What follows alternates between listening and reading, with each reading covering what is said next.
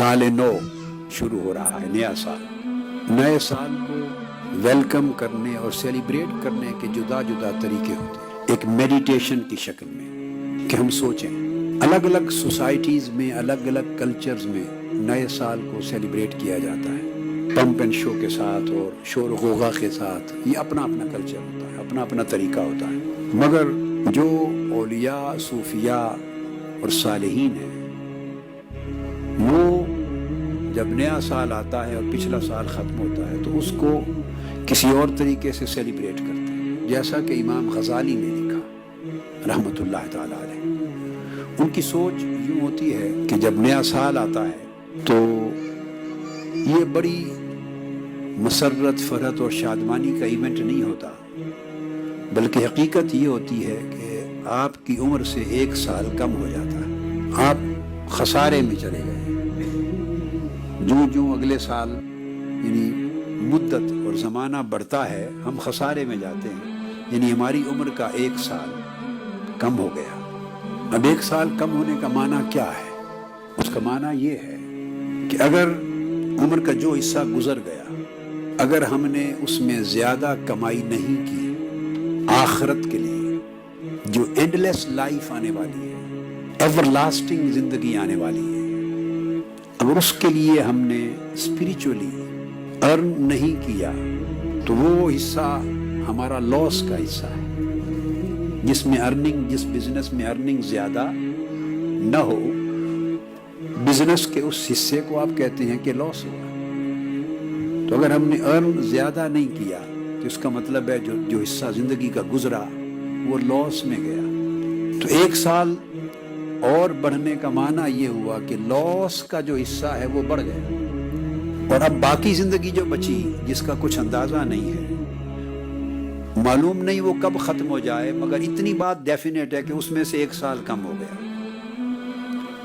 अब वो अर्न करने के लिए बकाया हिस्सा बच गया। अगर हम संवर गए, हमने अपनी लाइफ में चेंज पैदा कर ली, तो अब सोच ये है, कॉन्टेम्पलेट यूँ करना है कि अगर हम अपने आप को तब्दील करने पर और आखिरत के लिए बेटर अर्निंग्स के लिए तैयार हो जाएं, तो हमारे पास अब जो मोहलत पहले थी उससे एक साल कम रह गई। तो अर्निंग्स के लिए टाइम कम रह गया और लॉस का अरसा बढ़ गया।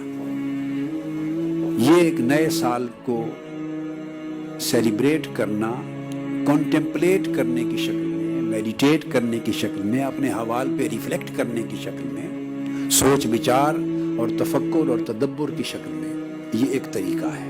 औलिया कराम तो यूँ कहा करते थे कि अगर एक साथ भी गुजर जाए और आप उसमें अर्न नहीं कर सके तो वो भी एक लॉस है कि ज़िंदगी से वो एक लम्हा निकल गया। और यही फिलॉसफी सूरा वल असर में है। हमने कभी इस बात पे नहीं सोचा कि ज़माने की कसम खा के अल्लाह रब्बुल इज़्ज़त ने इंसान के खसारे में होने की बात कर दी है। अब दो चीज़ों में जोड़ क्या है, हमने आम तौर पे इस पे गौर कभी नहीं किया। ज़माने का और इंसान के खसारे में होने का आखिर कोई रब्त तो होगा ना, कोई मानवी रब्त होगा। तो अल्लाह रब्बुल इज़्ज़त ने कसम खाई है, वल असर, कसम है ज़माने की, कसम है वक्त की। तो ज़माने की कसम खा दी, उम्र रवां की कसम खा दी, और साथ कह दिया इन्नल इंसान लफी खुस्र, बेशक इंसान खसारे में है। There is no doubt about it कि इंसान लॉस में है। अब क्यों ज़माने की कसम? तो उस ज़माने का लिंक इंसान के खसारे में होने से क्या है? वो यही नुक्ता है जो मैंने इब्तिदा में अर्ज किया। रब्बे कायनात फरमाता है ज़माने की कसम, यानी बंदे को कॉन्टेम्पलेट करने की और इस बात पे रिफ्लेक्ट करने की दावत देता है कि इस ज़माने का जो तसलसल है, कंटिन्यूटी है, इसकी जो रवानी है, इसका आगे गुजरते चले जाना, इस पर गौर करे इंसान। इस ज़माने की रवानी की कसम है कि तू खसारे में चला गया। ज़माना तो रवां है मगर तेरी उम्र पीछे अब उम्र रफ्ता बन गई। ज़माना आगे जा रहा है, उम्र वो उम्र रफ्ता बन गई, वो पीछे चली गई, और आगे जो बचा वो थोड़ा बच गया। جب تھوڑا بچ جائے تو اس کو خسارہ کہتے ہیں، جب تھوڑا بچ جائے تو خسارہ کہتے ہیں۔ تو اللہ رب العزت نے اسی امر کی طرف توجہ مبذول کرائی کہ انسان خسارے میں ہے ایز اے ہول۔ پھر اس میں ایکسیپشن کریٹ کیا، الا الذین آمنوا وعملوا الصالحات وتواصوا بالحق وتواصوا بالصبر، سوائے ان لوگوں کے جن کی زندگی 4 ستونوں پر قائم ہو، وہ خسارے میں نہیں ہیں، انہوں نے اپنے آپ کو لاس سے بچا لیا اور وہ بینیفٹ میں رہے، فائدے میں رہے، جن کی زندگی 4 پلرز پہ قائم ہے۔ وہ کون سے 4 مین پلرز ہیں جو انسان کو خسارے سے بچاتے ہیں، یا جن کی زندگی میں 4 مؤثر ایفیکٹو فیکٹرز ہیں، ڈیسائسو فیکٹرز ہیں، جن کی زندگی ان ڈیسائسو فورسز کے ساتھ ایوالو ہوئی اور ایوالو کرتی ہے، وہ خسارے سے بچتے ہیں۔ ان میں پہلا ایمان، کہ دیکھنا یہ ہے کہ بندے تو نے یہ جو زمانہ گزرا اس میں ایمان کو کتنا مضبوط کیا۔ والعصر، جو قسم کھائی ہے زمانے کی کہ زمانے کو ایک آئینہ بنا کے دیکھ اور اس کے اندر جھانک اور دیکھ کہ اس زمانے میں جو تم نے گزارا ہے تو نے ایمان کو کتنا مضبوط کیا۔ وعمل الصالحات، تو نے اعمال صالحہ جو پائس ڈیڈز ہیں، ایکٹس آف رائچسنس ہیں، وہ کتنے گین کیے، اعمال صالحہ کمائی نیک اعمال کی کتنی کی۔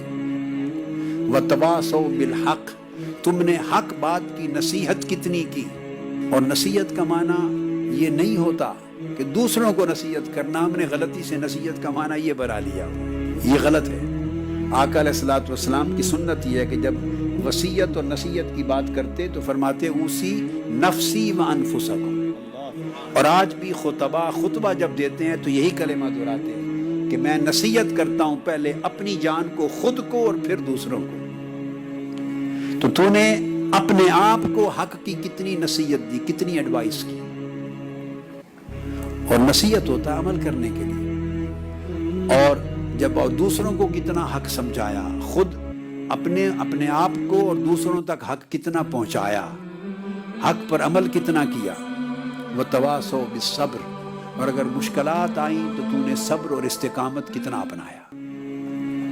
اگر یہ 4 ایکٹیو، ایفیکٹو، ایفیکیشس، ڈیسائسو فورسز ہیں، اگر زندگی ان کے ساتھ چل رہی ہو، ان 4 پہیوں کے ساتھ چل رہی ہو زندگی کی گاڑی، تو فرمایا پھر ایسے لوگ خسارے میں نہیں، جن کی زندگی کی گاڑی ان 4 پہیوں کے ساتھ چل رہی ہو، ایمان، عمل صالح، نصیحت اور صبر و استقامت، ان 4 ویلز کے ساتھ چل رہی ہو، 4 ویلز ڈرائیو اس کی اگر ہے تو پھر وہ گاڑی والا خسارے میں نہیں ہے، وہ اچھا ڈرائیور ہے۔